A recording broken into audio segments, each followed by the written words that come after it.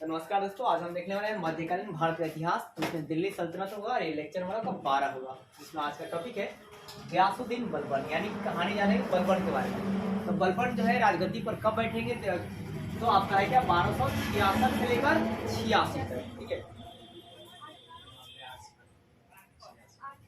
तो 12 से कितना 86 से लेकर 66 से लेकर। नमस्कार साथियों, आज हम देखने वाले हैं मध्यकालीन भारत का इतिहास और आज का टॉपिक होगा दिल्ली सल्तनत में बलबन के बारे में। बलबन का जो शासन काल है वो 1286 से 66 से 86 तक। तो यानी कि कितना साल लगभग इन्होंने शासन किया, कितना साल किया जी? 20 साल किया। कितना जी? 20 साल। और लगभग ये 80-85 साल ये मतलब जितना भी रहेगा, मतलब बहुत बूढ़े अवस्था में शासन करते हैं। अब देखिए, बलबन जो है इल्तुतमिश का आपका है क्या कि दास थे। कौन थे भाई? दास थे। इल्तुतमिश का क्या था जी? दास था। मतलब बलबन कौन था? तो इल्तुतमिश का ही दास था, मतलब उस समय। ठीक है, फिर आपका है क्या, ये आपका इसका वास्तविक नाम, रियल नाम क्या था? तो बहाउद्दीन बलबन था। तो बलबन का वास्तविक नाम क्या था? तो बहाउद्दीन बलबन था। मतलब पहला पॉइंट इल्तुतमिश के दास थे और दूसरा बात करते हैं कि इनका वास्तविक नाम क्या है, तो बहाउद्दीन बलबन था। आगे बात करते हैं तो इल्तुतमिश ने आपका है क्या ग्वालियर को जीत लेने के बाद बलबन को खरीदा था। तो इल्तुतमिश ने बलबन को कब खरीदा था? तो ग्वालियर को जीत लेने के बाद। ठीक है, मतलब ग्वालियर को जीता था, उसके बाद क्या किया, जो पाया मतलब वहां से जो भी अभियान मतलब मिला था धन दल, तो उसे किसको खरीदा था?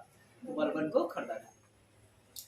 फिर आपकी बात करते हैं क्या है क्या कि मतलब बलबन ने अपनी योग्यता के आधार पर बहराम शाह के समय, किसके समय जी? बहराम शाह के समय जो आपका है कि आमीर आकुर पद प्राप्त किया था। क्या प्राप्त किया था? आमीर आकुर। और आमीर आकुर का मतलब क्या था? अश्वशाला का अध्यक्ष। अश्वशाला मतलब जहाँ पे घोड़े जो है रहते हैं, घोड़ों का देखभाल किया जाता है। तो घोड़े का देखभाल करने वाला क्या था? मेन मालिक कौन था? तो वो आपका बलबन था। कौन था जी? बलबन। फिर से एक बार देखिए, फिर आपका है क्या कि मैंने बताया गया गयासुद्दीन बलबन पूरा नाम है आपका। ठीक है इनका। फिर बात करते हैं कि शासन कब किया? 1266 से 86। फिर ये किसके दास थे? तो इल्तुतमिश के। फिर बात करते हैं कि इनको इल्तुतमिश ने कब खरीदा था? तो ग्वालियर जीतने के बाद खरीदा था। फिर इनका वास्तविक नाम क्या है? क्या जी? बहाउद्दीन बलबन है। फिर बात करते हैं आपका है क्या कि मतलब अब बहराम साहब के समय ये किस पद पर थे? आमीर आकुर पद पर थे। आखिर में अमीर आकुर का मतलब क्या है? अश्वशाला का अध्यक्ष था। देखिए, बलबन ने स्वयं को अफरा सिहाब से संबंधित वंशज मानता था। मतलब एक दास था, लेकिन आपको ये अपने आप क्या मानता था? तो अफरा हिसाब से, क्या जी? अफरा हिसाब से संबंधित वंशज मानता था। तो पूछा जाएगा कि बलबन जो है स्वयं को किस वंशज, कौन से वंशज को मानता था? अफरा हिसाब। कौन सा जी? अफरा हिसाब। जैसे उसी प्रकार। अब देखिए है क्या कि बलबन जो है सुल्तान का छत्र का उपयोग करता था। मतलब बलबन दिल्ली सल्तनत का पहला सुल्तान था। ठीक है, जब सुल्तान नहीं होने के बावजूद भी सुल्तान का छत्र का उपयोग किया जाता था। मतलब छत्र मतलब छाया का उपयोग करता था पूरी तरह से।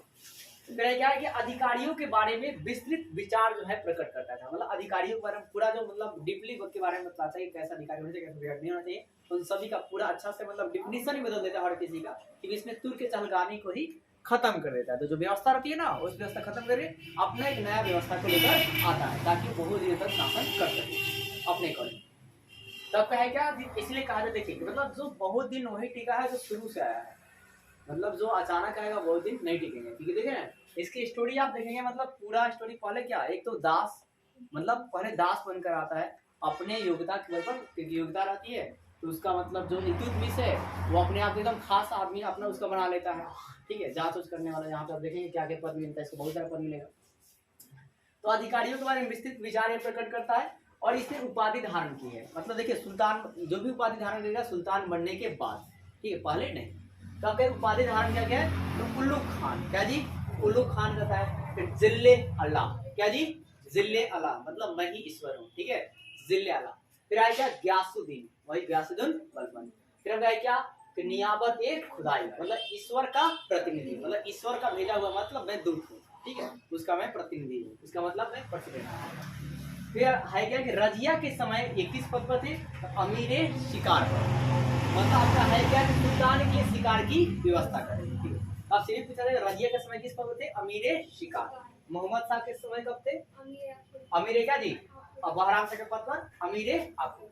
फिर आपका है क्या कि मसूद शाह के समय किस पद पे थे? अमीर हाजी। हाजी मतलब सुल्तान से भेंट करने वाले व्यक्ति को क्या करेगा? जांच करेगा।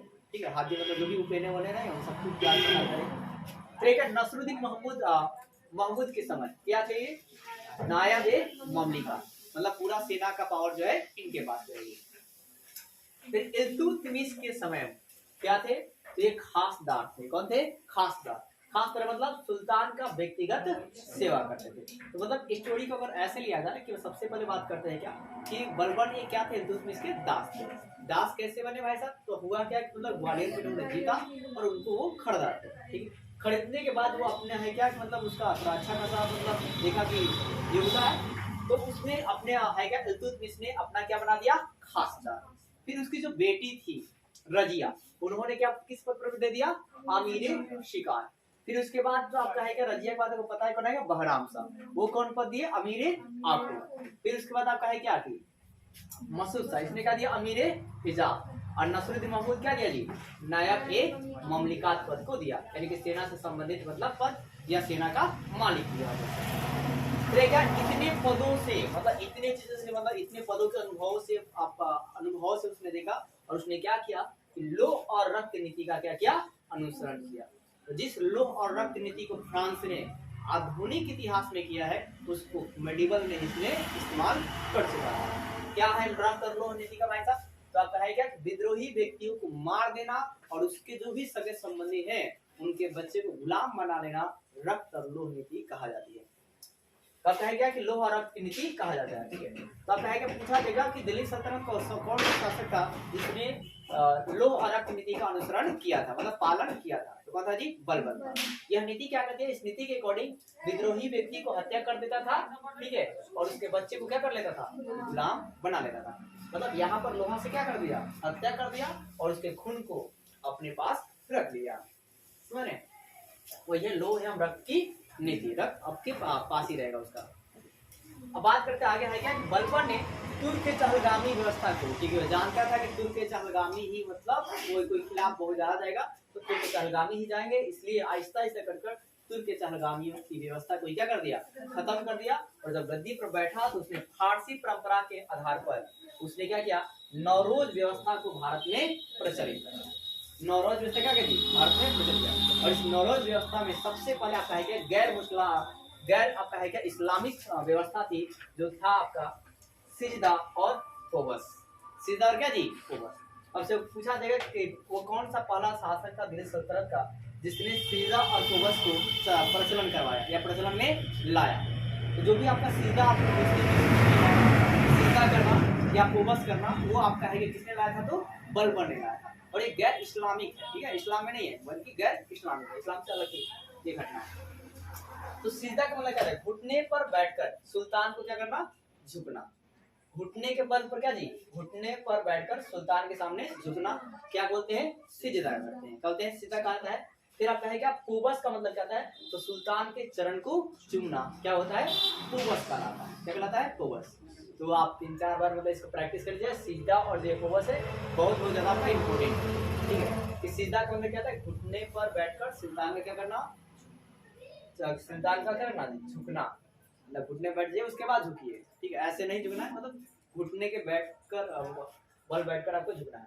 और यहाँ सुल्तान के चरण को चुमना क्या कराएगा? कोबस करता है। इसने ऐसा नीति को क्यों लागू किया? क्योंकि वो अपना जनता में ऐसा बनाना रहता था कि मतलब आपका है क्या कि जनता में आपका है क्या पूरा प्रतिष्ठा बन जाए, मतलब उसका इमेज हमेशा जो है बना रहे। और इमेज हमेशा बना रहेगा तो जनता जो है विरोध जो है क्या जी? नहीं करेगी। और फिर अपने आप को है क्या कि मतलब अल्लाह जैसा मानेगा, मतलब बोलेगा कि मैं अल्लाह का भेजा हुआ दूत हूँ और मतलब जो मैं कहूँगा वही आपको मान्य होंगे, और अगर आप नहीं मानते हैं तो ये आपके कल्याण में नहीं हो पाएगा।